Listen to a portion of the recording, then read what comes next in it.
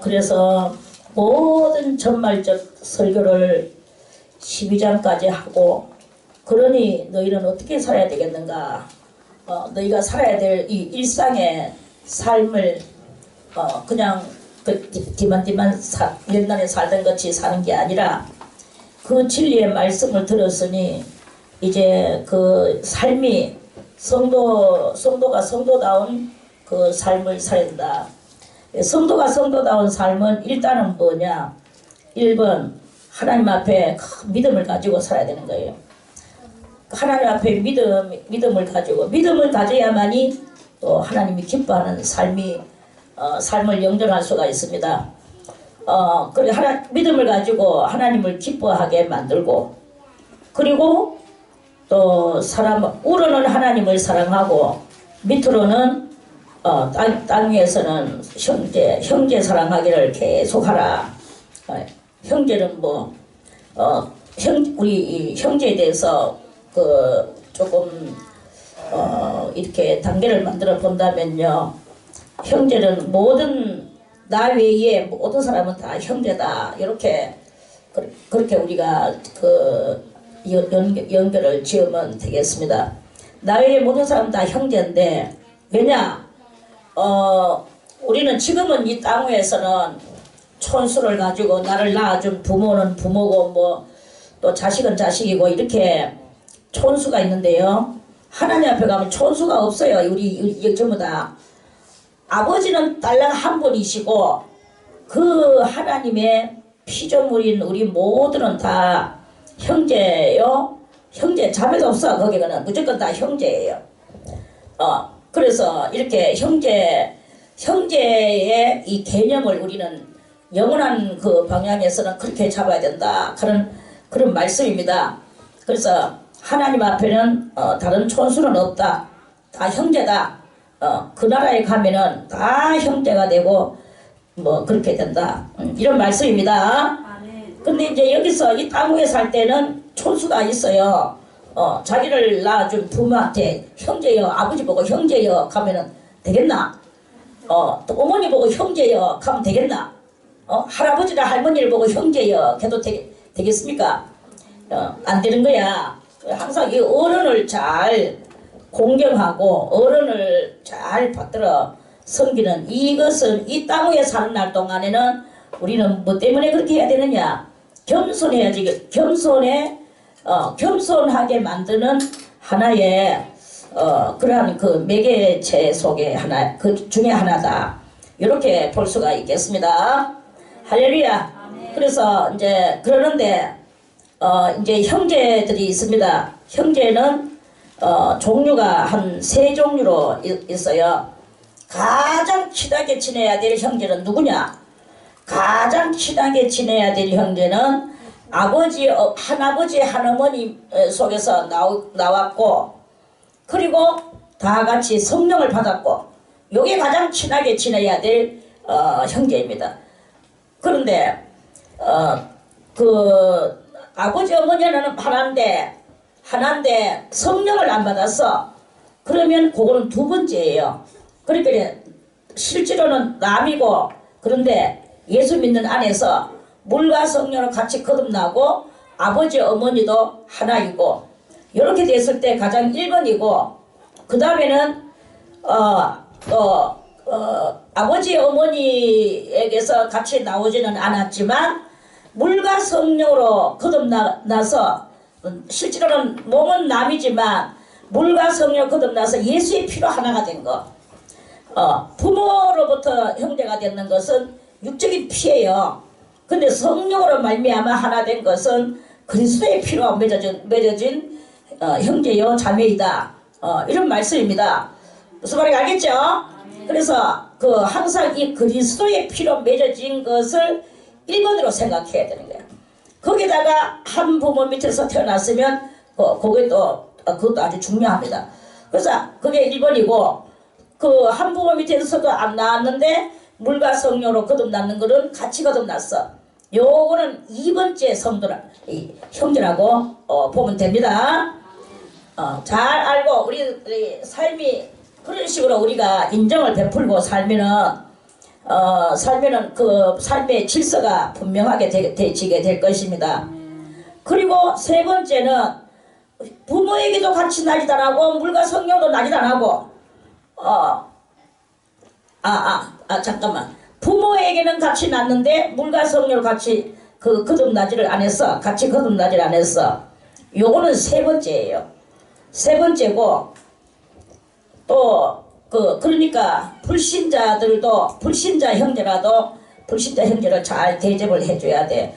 그래야 그 불신자를 또 구원해낼 수가 있을 거거든요. 또 그리고 부모도 같이 태어나지도 안 하고 물과 성령과 같이 나지도 안 하고 불신자 저 바깥에 남들 그거는 네 번째예요. 이렇게 우리가 차별을 어느 정도의 차별을 둘라 하면은 그렇게 차별을 둬야 될 때 그렇게 두면서 살아갈 때 돈을 빌려주는 것도 마찬가지예요. 그런 차별 속에서 이렇게 그럼 내가 돈을 예를 들어서 돈은 100만 원밖에 없다. 자 그러면 100만 원밖에 없는데 조금 전에 말했는 이 네 사람이 쭈르륵 있으면서 그 네 사람이 다 내고 100만 원을 빌려달라고 했어. 누구를 빌려줄까요?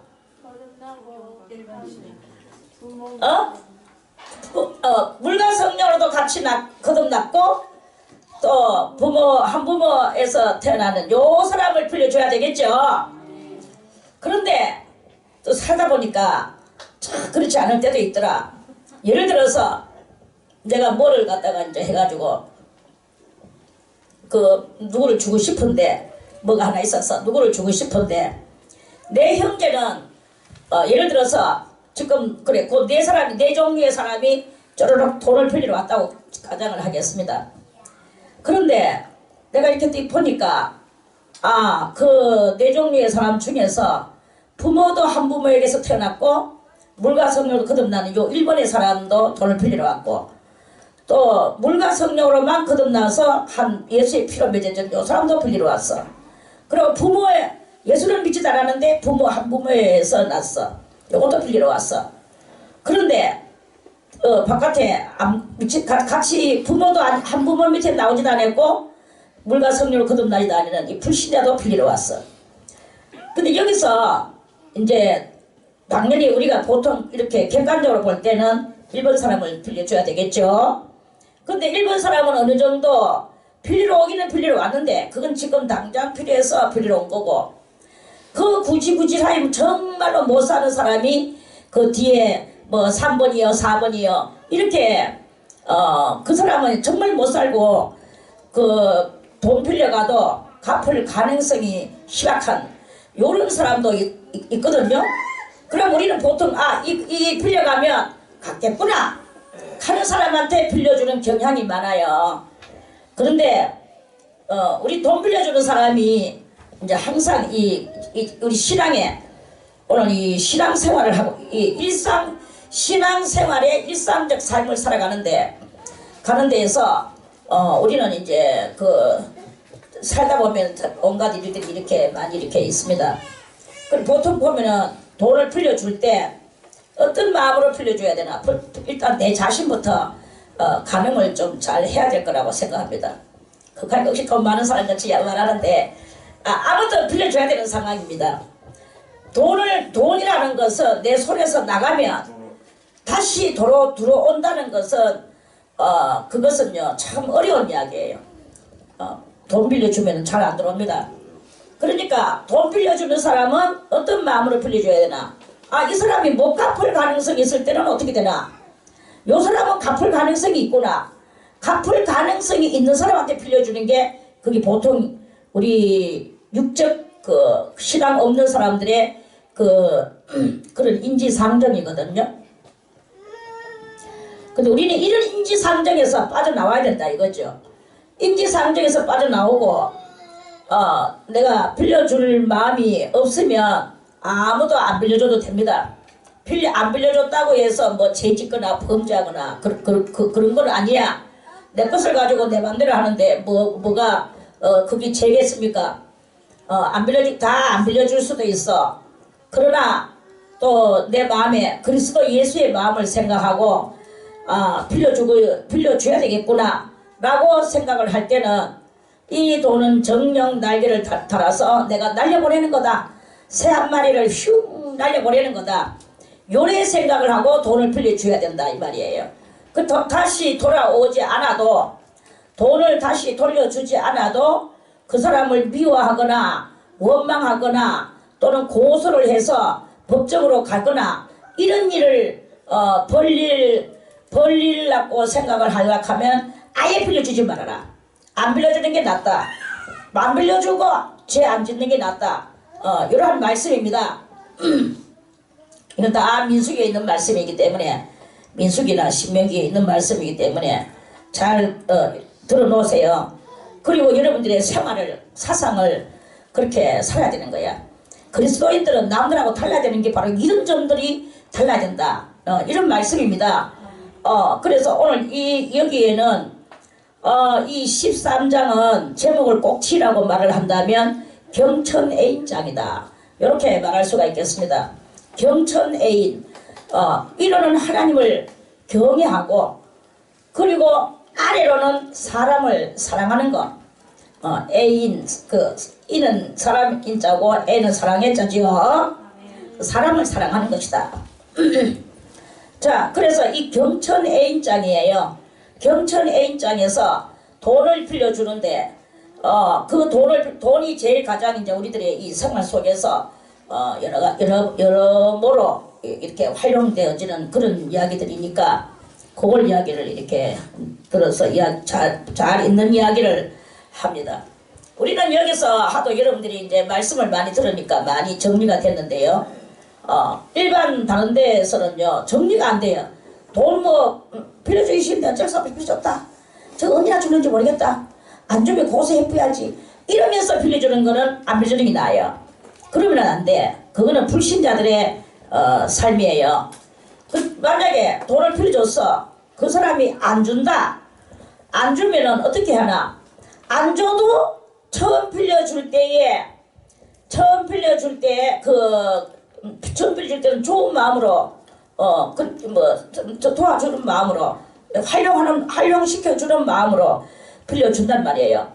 그렇게 빌려주는데 그게 나중에는 막 우그락불그락하고 싸우고 법정으로 끌고 가고 이렇게 하는 이런 일을 벌리는 이런 경향이 많거든요. 그렇게 하지 말아야. 빌려줄 때 이 사람이 내가 그쪽으로는 빌려준다. 빌려주지만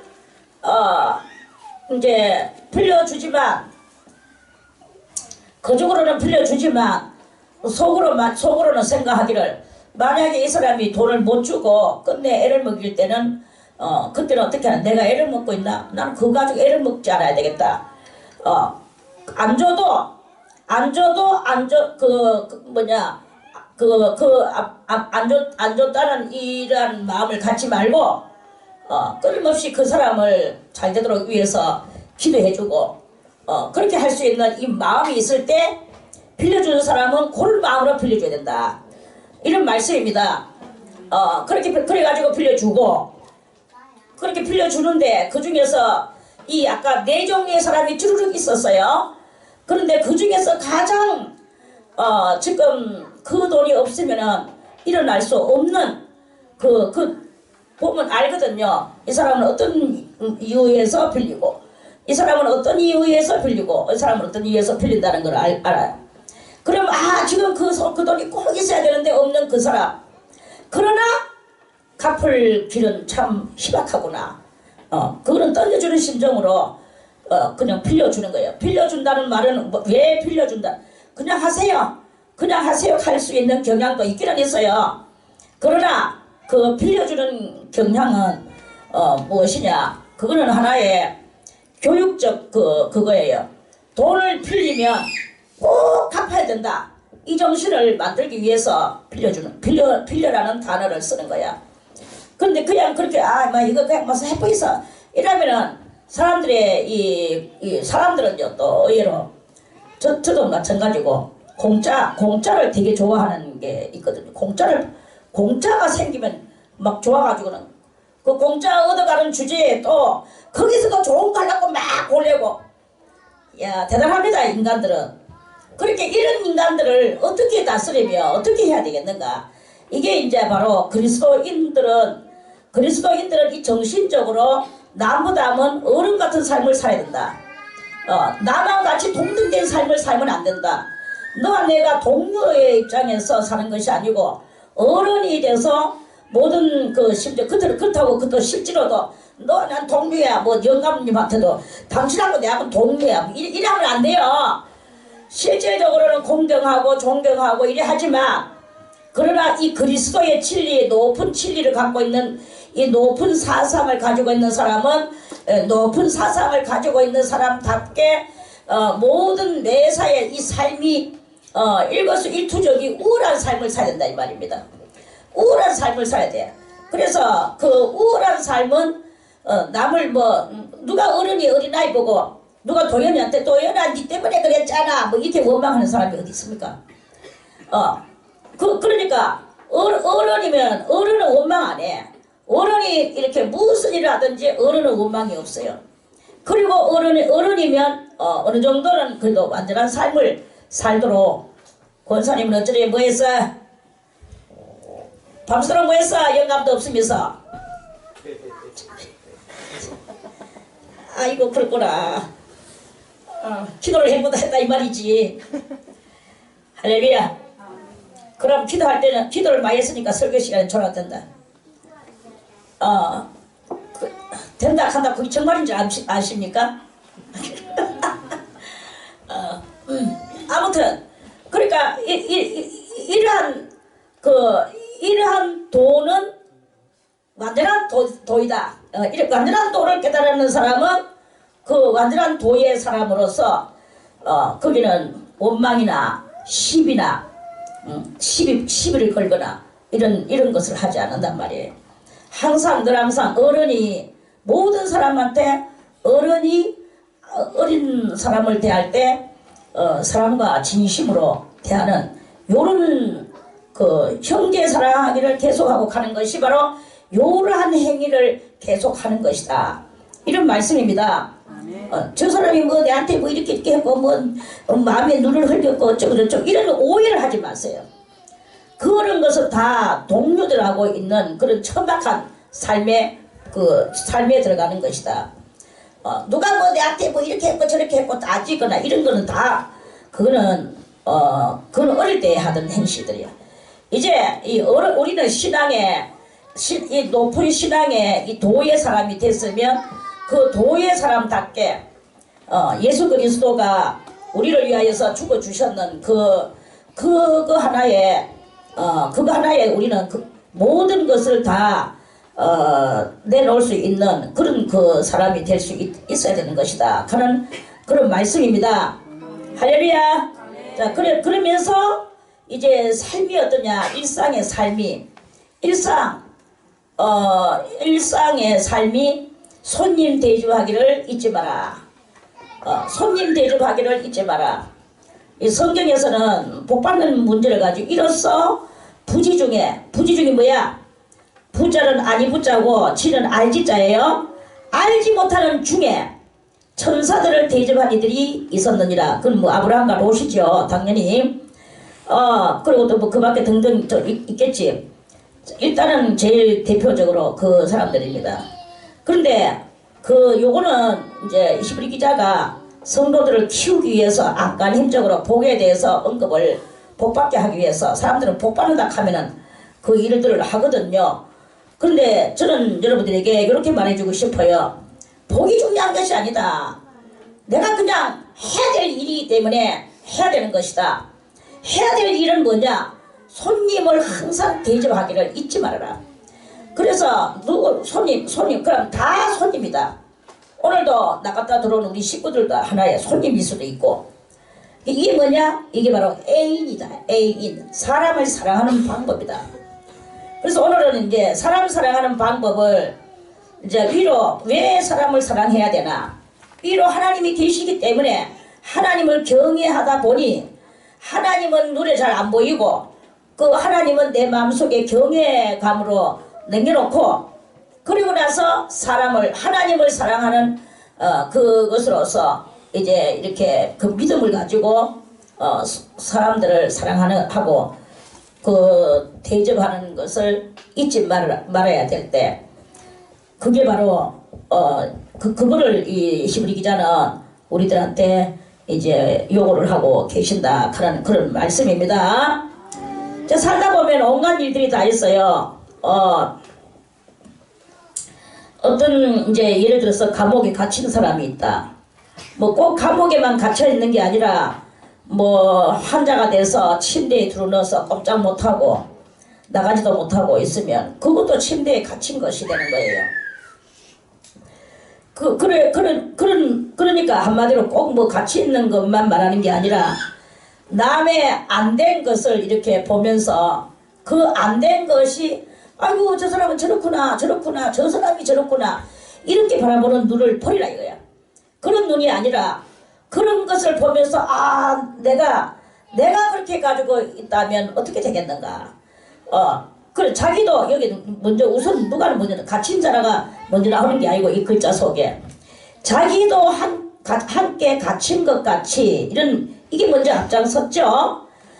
자기도 함께 갇힌 것 같이 갇힌 자를 생각하고 남의 형편을 먼저 그렇게 생각을 하고 또 자기도 몸을 가졌은즉 우리 다 몸을 가졌죠. 가졌은즉 학대받는 자를 생각하라. 채찍맞고 옛날에 뭐 그때는 노예 시대 때에 노예들 막 채찍맞고 종들이 또 그뿐만 아니라 예수 믿다 끌려가가 또 학대받고 이런 여러 가지 일들이 많이 그렇게 그 당시는 미개한 시대에서 사람이 사람을 이렇게 마음대로 부려먹고 마음대로 이렇게 학대하고 이런 일들이 많이 있었어. 그런데 이 성경은 예수를 믿는 모든 사람들은 그런 학대하거나 잔인하거나 또는 뭐 사람을 종으로 그렇게 부리거나 이렇게 하는 사고방식을 이제 없애는데 그런 그 계몽적 그 말씀이다. 이런 말씀이에요. 할렐루야.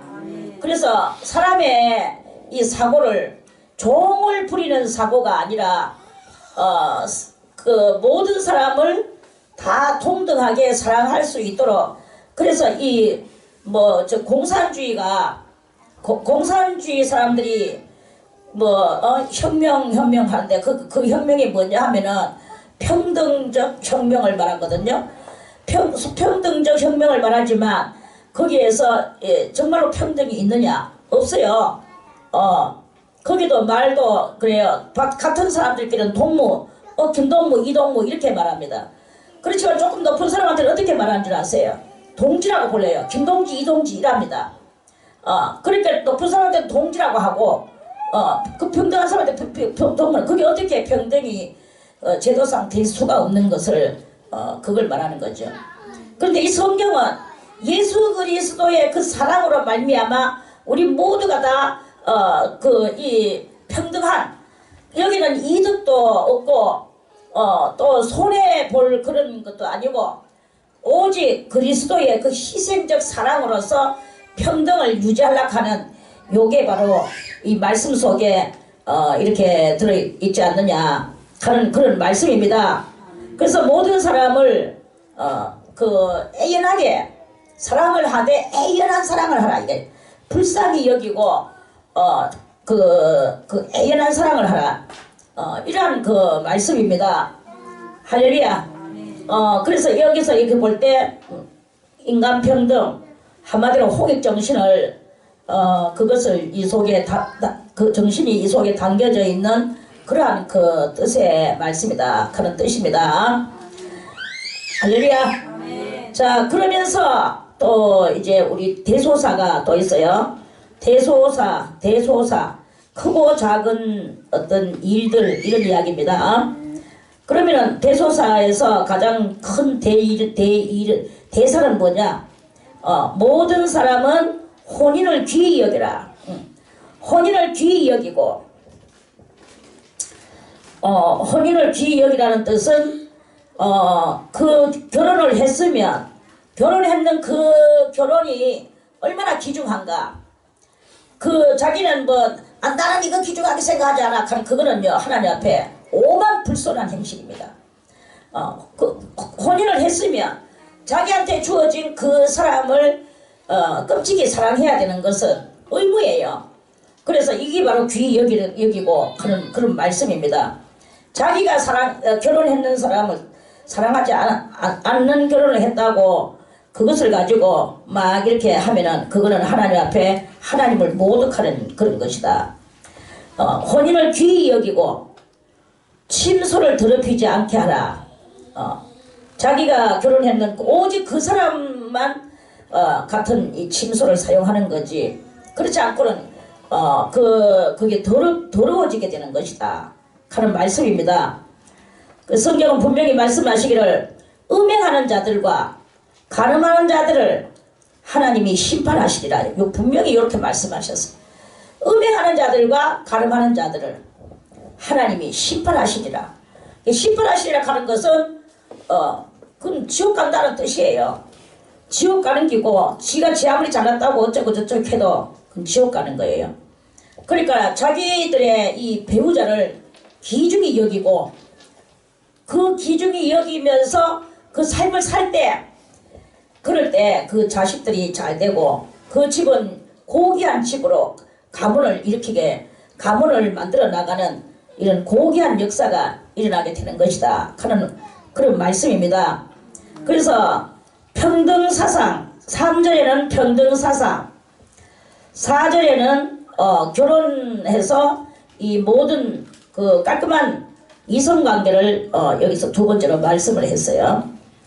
그리고 이제 세 번째로 5절에는 돈을 사랑치 마라. 돈을 사랑치 말고 있는 바를 족한 줄 알아라. 오늘 얼마 있느냐? 우리 있는 거 가지고 알아서 살면 돼요. 사람은 꼭 이렇게 살게 돼가 있거든. 1,000원 가지고 오늘 산다 하면 1,000원 가지고 살 수 있도록 돼가 있습니다.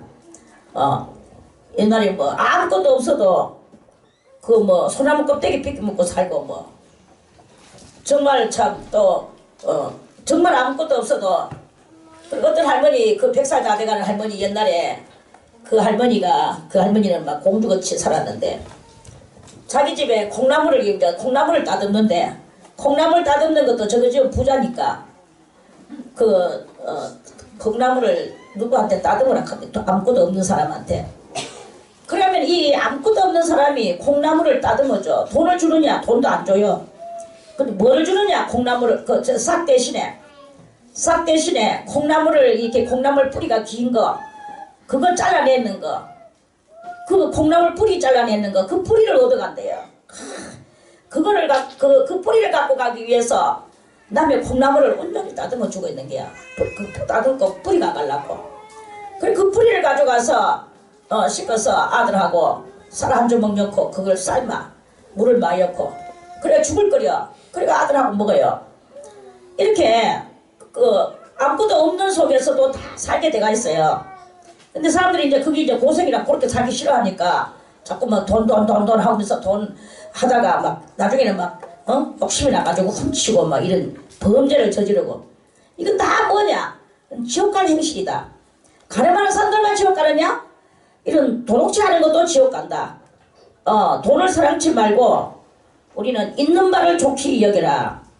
족한 줄로 알고 있는 바를 족한 줄로 알라. 그가 친히 말씀하시기를 그는 누구야? 전능하신 하나님이시죠. 그가 친히 말씀하시기를 내가 과연 너희를 버리지 아니하고 신앙으로 하나님 앞에서 살아간다면 뭐 콩나물 뿌리를 가져와서 먹는다 할지라도 하나님만을 사랑하고 한다면 하나님은 버리지 아니하신다. 하나님이 안 버리시면 어디 됩니까? 사는 거는요 넉넉하다. 무슨 수를 써서라도 산다. 설령 빨가벗고 정신이 오는 그런 삶이 있다 한다 할지라도 그런 것을 연단으로 해서 자기 자신을 인내로 참고 믿음으로 승리를 하다 보면 그 다음에는요 엄청나게 더 하나님께서 몇 배로 그러한 시험을 통과한 성도들에게 주시는 하나님의 그 엄청난 축복이 또 있다는 것입니다. 1차 연단 끝나고 나면 신광야에서 바위를 터뜨려서 물을 내듯이 우리는 1차 연단이 끝나고 나면 그러면 하나님께서 축복을 내려주실 때 안 되던 사업이 되고 집 나갔던 누구가 돌아오게 되고 불안한 가정이 화목해지는 이런 일이 일어나는 거예요. 1차 연단을 안 받으니까 계속적으로 불신자같이 사니까 옛날에 지었던 죄를 계속 짓고 앉아있으니까 그러니까 이 새로운 축복이 오지 않는 것이다. 이런 말씀입니다. 그러면 1차 연단 뒤에 받았는 이 축복, 물질적 축복, 그 물질적 축복을 주셨으면 그 주셨는 거기에 또 머물러가지고 나는 이리 해가지고 이렇게 해가지고 축복받아서 하고 자랑만 하고 앉아서 그 축복에서 또 벗어져 나오지 않고 2차 연단에 아예 들어갈 생각도 안 하고 앉아있으면 그거는 또 아니다. 그러면 너희가 물질을 사랑하다가 물질로서 또 결국은 망할 수밖에 없는 그런 것이 되는 것이다. 항상 주님의 그리스도의 십자가를 그 고난을 우리는 본받아서 주여 내가 너무 잘 사는 거 이것도 정말 하나님 앞에 죄송스럽습니다.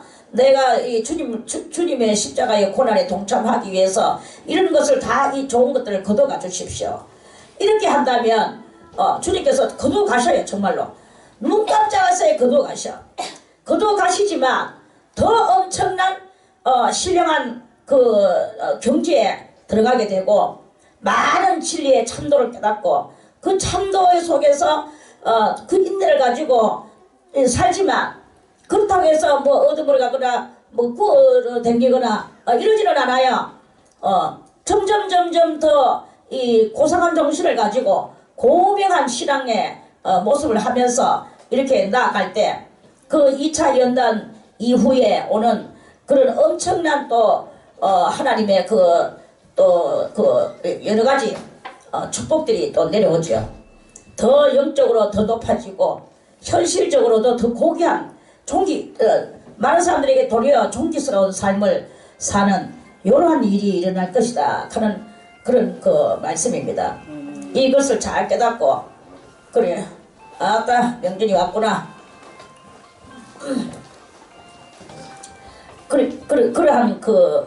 그러한 역사를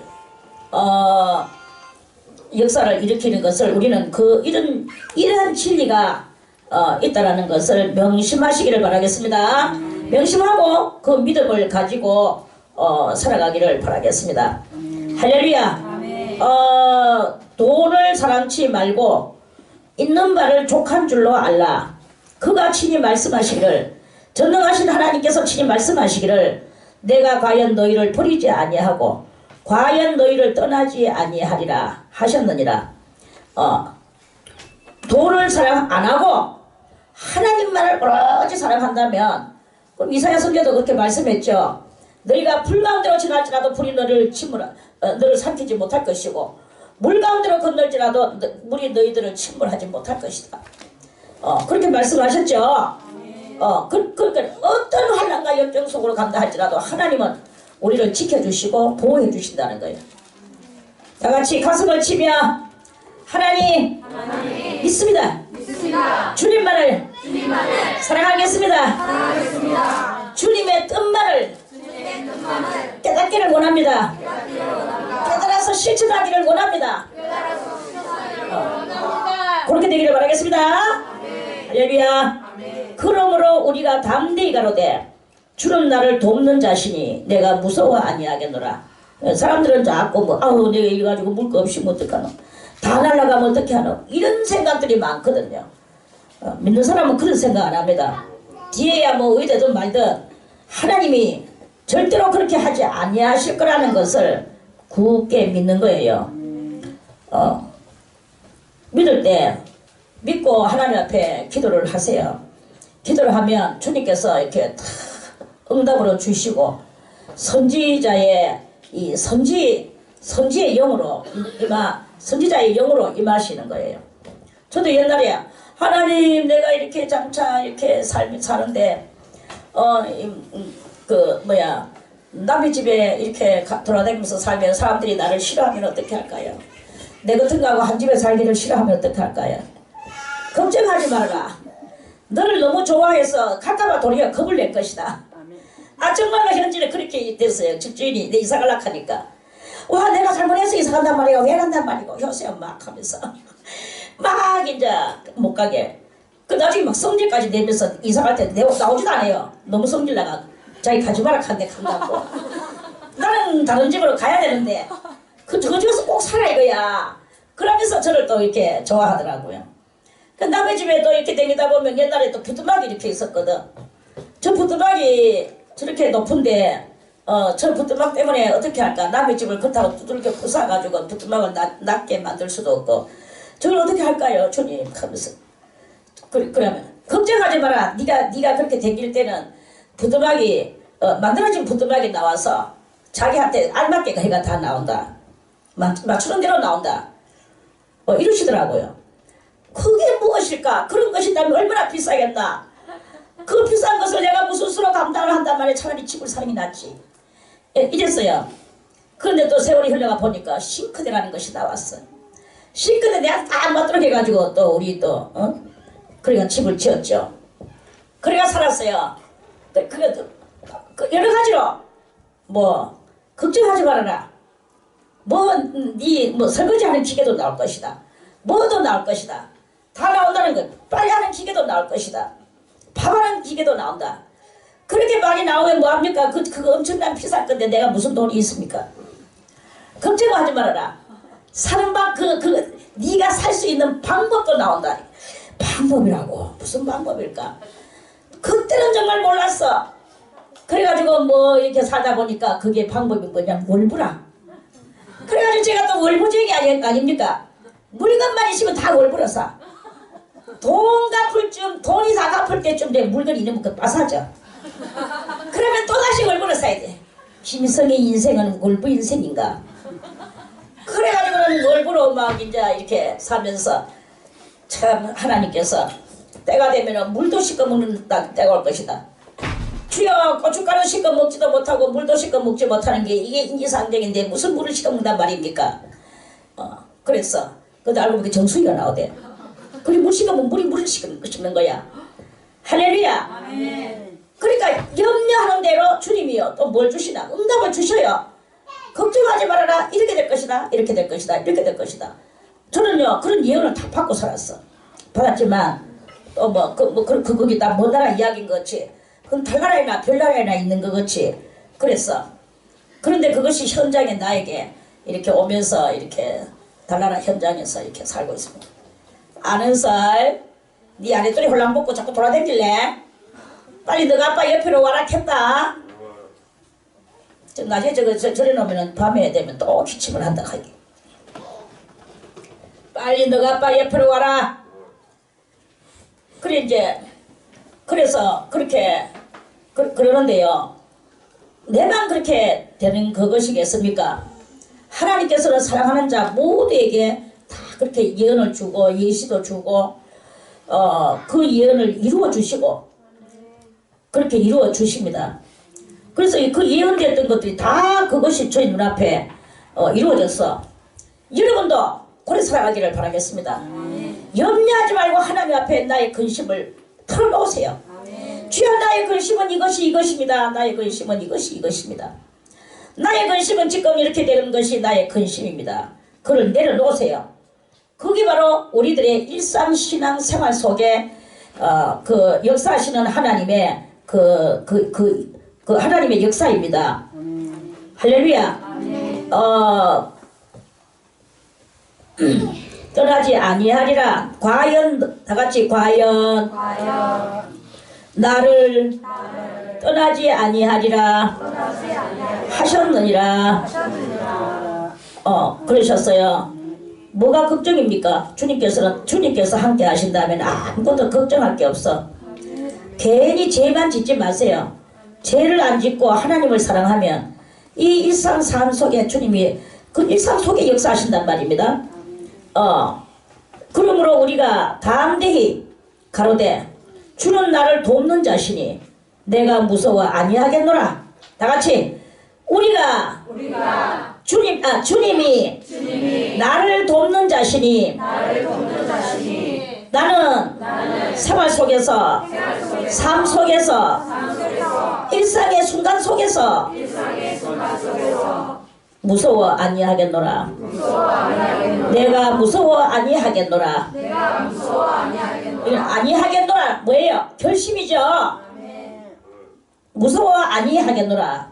염려할 게 없어. 이 세상에서 하나님이 나와 함께 하신다면 사람이 내게 어찌하리요? 사람이 내게 뭐 어찌하겠습니까? 내가 범죄하지 않고 죄를 짓지 않고 수갑 찰 일이 없으면 뭐가 두렵습니까? 경찰이 지나간들 뭐가 두렵습니까? 항상 죄 짓고 범죄하고 도둑질하고 강도질 했는 것들이 경찰이 지나갈 때 저 내 잡으러 오는 거 아이가 하고 막 경찰이 막 환하게 보이고 막 자기한테 달라드는 것 같이 보여지지. 그렇게 살지 마라 이거야. 우리는 범죄하지 아니하고 하나님만이 함께 하시면 그러면은 담대하게 우리는 살아갈 수가 있다. 사람이 내게 어찌하리요? 내가 죄도 아무것도 지은 것이 없는데 그리고 그렇게 사는 것이다 이런 말씀이고요. 7절에 하나님의 말씀을 너희에게 이루고 너희를 인도하던 자들을 생각하며 저희 행실의 종말을 주의하여 보고 저희 믿음을 본받으라. 자, 살면서 때로는 존경스러운 사람이 이렇게 나오게 됩니다. 하나님의 말씀을 너희에게 이루고 가는 거는 이건 이북말입니다. 이루고 그런데 이북 사람이 번역을 했는가 봐. 하나님의 말씀을 너희에게 가르치고 이 말씀입니다. 아니면 전하고 이 말씀이에요. 그리고 너희를 인도하던 자 지도자죠. 너희를 인도하던 자들을 생각하며 저희 행실의 종말을 주의하여 보고 행실의 종말 끝을 그 사람의 살아가는 그 끝을 자세히 보라 이게야. 보고 그 사람이 존경스러운 사람이면 그 사람의 모든 믿음을 본받아라. 그 사람이 하고 있는 그 스승님이 하고 있는 것을 본받아라. 그 말씀이에요. 그런데 이제 가짜들이 많으니까 그 행실의 종말을 주의하여 보고 아이고 그 끄트머리에 막 무슨 불상사들이 일어나고 누가 돈을 너무 많이 이 지도자는 돈을 너무 많이 밝혔다. 내지는 저 지도자는 맨날 여자들만 끌고 다닌다. 내지는 저 지도자는 맨날 이 사람 저 사람 또 험담하고 저주하고 그렇게 하더라. 이런 일들이 이렇게 있을 수 있단 말이죠. 그런 행실을 본받으라는 말은 아닙니다. 어떻게 하든지 그 영혼들을 하나님 앞에 바르게 이끌으려고 그 밤낮 주야로 애를 쓰고 그들과 같이 모든 그 삶을 사는 거죠. 그러면 그것을 저희 믿음을 본받으라. 예수 그리스도는 어제나 오늘이나 영원토록 동일하시니라. 진정으로 하나님의 사람이면 동일해야 되는 거야.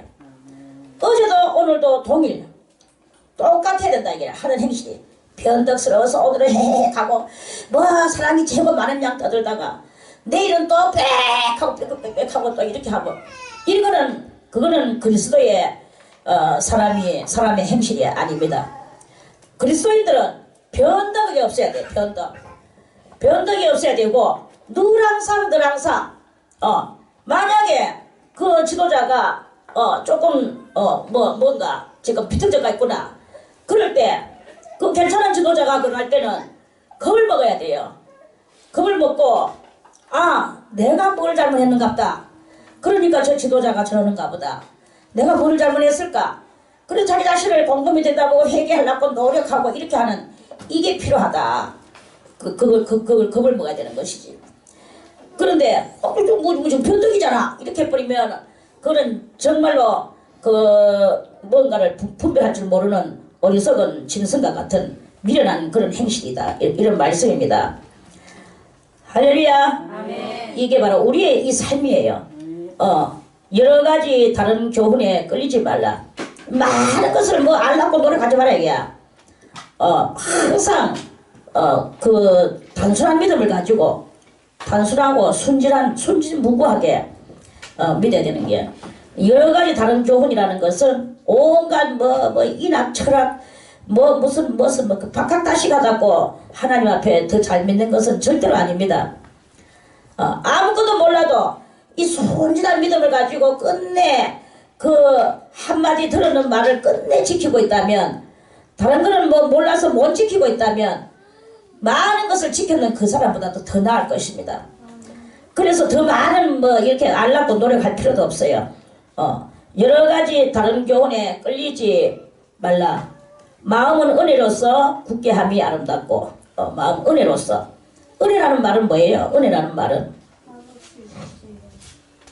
은혜라는 것은 아무 값없이 그저 줄 아는, 이게 바로 은혜예요. 우리들의 모든 마음들이, 여러분들의 모든 마음들이 지도자만 그래 하는 게 아니라 그리스도 예수의 모든 사람들은 다 은혜의 행위를 해야 된다. 값없이 그냥 사랑해주고 조건 없이 위해주고 조건을 자꾸 걸면은 안 돼. 그냥 은혜를 베풀어주는 이게 있어야 돼. 그것으로서 굳게 되어진 사람, 그 사람이 정말 정황보호한 하나님의 거룩한 성도일 것이다. 이러한 말씀입니다. 마음은 은혜로서 굳게 함이 아름답고 식물로서 할 것이 아니니, 뭐 하나라도 주면 해해하고 안 주면 깨끗하고, 이거는 아닙니다. 그거는 이방 사람들의 행실입니다. 내가 주지 못해서, 서로 내가 주지 못해서 이런 마음을 가질 때 그게 아름다운 것이다. 식물로 말미암아 행한 자는 유익을 얻지 못하였느니라. 그게 이제 에서와 같은 행실이죠. 자기 배 좀 고프다고, 배 안 고파도 욕심으로 자꾸 뭔가 욕심을 내면 안 돼. 하나 얻으면 됐고, 또 하나 내가 줄 수도 있는 기고, 이 물질 가지고 그저 막 관심 쏟고 이러는 사람은 아직 멀었다. 물질에서는 다 오늘 입을 것이 있으면 족한 줄 알아라. 많으면 좀 농갈라 주고 이렇게 하는 그런 삶을 사는 거예요. 여러 가지 다른 교훈에 끌리지 말라. 마음은 은혜로서 굳게 함이 아름답고 식물로서 할 것이 아니다. 이 마음은 식물이라는 것은 물질을 말하는 겁니다. 식물로 말미암아 행한 자는 유익을 얻지 못하였느니라. 우리에게 제단이 있는데 그 위에 있는 재물은 장막에서 섬기는 자들이 이 제단에서 먹을 권이 없나니, 이는 죄를 위한 짐승의 피는 대제사장이 가지고 성소에 들어가고 그 육체는 영문 밖에서 불사름이니라. 이거는 속죄제 제물을 이야기하는 겁니다. 우리에게 제단이 있는데 그 제단이 구약의 그것을 가지고 인용을 해서 말씀을 하지만, 우리의 제단은 무엇입니까? 우리의 제단은 지금 예배예요. 예배드리는 우리의 마음의 제단, 마음 제단입니다. 마음 제단 속에서 개인이 먹으려고 내가 먹고 네가 먹고 이런 이야기가 아니다 이거야. 그 속죄 제물은 제사장들도 못 먹는다. 제사장들도 못 먹고, 예를 들어서 화목 제물이나 이런 것들을 할 때는 이제 제사장이 먹지만, 이 속죄 제물이나 번제 이런 것들은 다 피는 그 제단 아래 뿌리고, 그리고 나서 이런 죄를 위한 짐승의 피는 대제사장이 가지고 성소에 들어가서 위에 뿌리죠. 어깨 위에 한 번, 밑에다 7번 뿌리고, 그리고 그 육체, 그 고기, 그것은 영문 밖에서 불사름이니라. 그랬는 것 같이 여기에는 먹는 이야기가 없다. 한마디로 물질적인 이야기가 아니다. 오직 제사함의 이야기다. 이런 말씀이에요. 그리고 우리의 제단은 제사함의 그것이지, 인간의 주여 지금 내가 돈이 얼마가 필요한데 이것을 주시옵소서 하는 이야기가 아니다 이거예요. 이 제단은 오직 내 죄를 얼마만큼 사해졌는가에 대한 그것을 가지고 논론하는 제사이다. 이런 말씀이에요. 그러므로 예수도 자기 피로써 백성을 거룩하게 하려고 성문 밖에서 고난을 받으셨느니라. 성문 밖에, 영문을 열고 영문 밖으로 나갔죠? 영문 밖에 나오니까 무슨 길이 나왔습니까? 골고다 언덕길이 나왔죠. 언덕길을 올라가니까 뭐가 올라왔습니까? 뭐가 나왔습니까? 갈보리 산이 나왔죠. 갈보리 산에 있는 십자가에 달려서 죽으셨어요. 그렇게 영문 바뀌죠. 그 예수님의 그것을 이루기 위해서 이 구약의 이 모든 제사의 법은 모형적 진리이다. 예수님은 그것을 실형적 진리로서 이렇게 실천하셨다. 그런 말씀 맞죠? 여기에서 우리는 어떻게 되나? 우리도 여기에서 주여 돈 주시옵소서, 주여 내 건강 주시옵소서, 이런 이야기가 아니다 이거야. 사도 바울도 그랬죠. 자기가 이렇게 몸에 가시가 있었어. 간절히.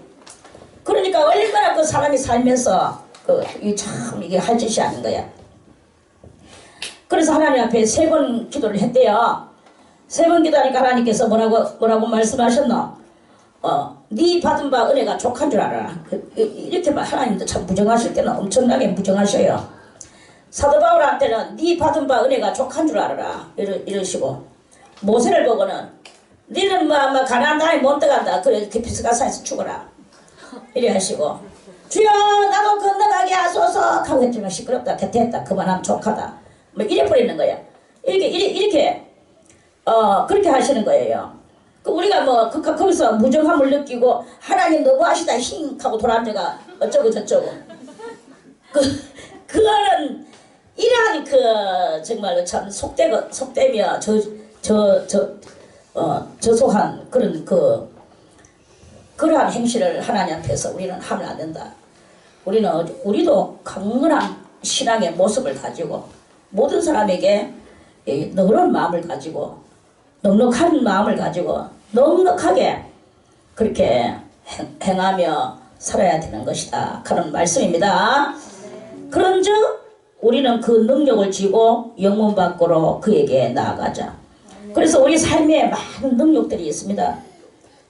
그 능력을, 이 능력을 나는 버려야지 하고 어떤 사람은 남편을 능력의 거리로 해가지고 버리고 가고, 아내를 능력의 거리로 해서 버리고 가고, 가난을 능력의 거리로 해서 버리고, 그저 그 가난을 이겨보려고 남의 거 지 건지 내 건지도 모르고 남의 거 다 그대로 할치먹고 이렇게 하는 이런 그 삶을 사는 것은, 그거는 포악한 짐승들의 삶이다. 이런 말씀입니다. 이런 모든 이 육체적 이런 일들은 다 우리는 다 하나의 배설물 같이, 사도 바울과 같이 우리도 배설물 같이 버리고, 자기가 똥 싸놓고 오줌 싸놓고 누가 거기에 밀어두고 나의 똥 나의 오줌 하는 사람이 있습니까? 얼른 화장실 변기를 눌러서 저 보이지 않는 곳으로 내보내죠. 이와 같이 우리는 이 모든 물질적 정신을 다 쏟아 부어 버리고 그리스도의 그 고귀한 사랑과 하나님의 그 엄정하신 그 사랑을, 그거를 내가 들고 이제 만인 앞에 경천 애인의 정신으로서 이 모든 일상의 삶을 사는 이런 고귀한 신앙의 소유자가 되어야 될 것이다. 그런 말씀입니다. 할렐루야. 그렇게 살라고 노력하는 우리가 되시기를 바라겠습니다. 자, 오늘은 이렇게 13절까지만 말씀을 드리고요. 14절은 또 다음에 또 말씀을 또 드리겠습니다.